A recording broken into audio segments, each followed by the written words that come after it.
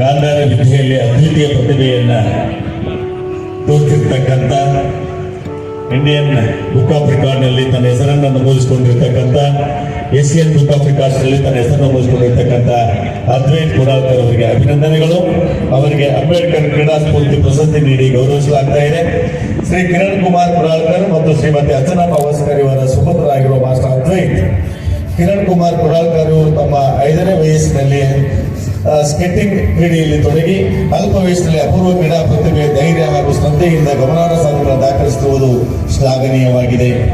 ಇವರ ವೈಯಕ್ತಿಕ ಸಾಧನೆಗಳು ಸ್ಪರ್ಧಾತ್ಮಕ ಮನೋಭಾವ ಹಾಗೂ ನಿರಂತರ ಕ್ರೀಡಾ ಚಟುವಟಿಕೆಗಳ ಮೂಲಕ ಉತ್ತರ ಕನ್ನಡ ಜಿಲ್ಲೆಯಾದ್ಯಂತ ಸ್ಕೇಟಿಂಗ್ ಕ್ರೀಡೆಯು ಜನಪ್ರಿಯತೆ ಮತ್ತು ಮಾನ್ಯತೆ ಪಡೆಯಲು ಮೂಲ ಕಾರಣೀಕರ್ತರಾಗಿದ್ದಾರೆ.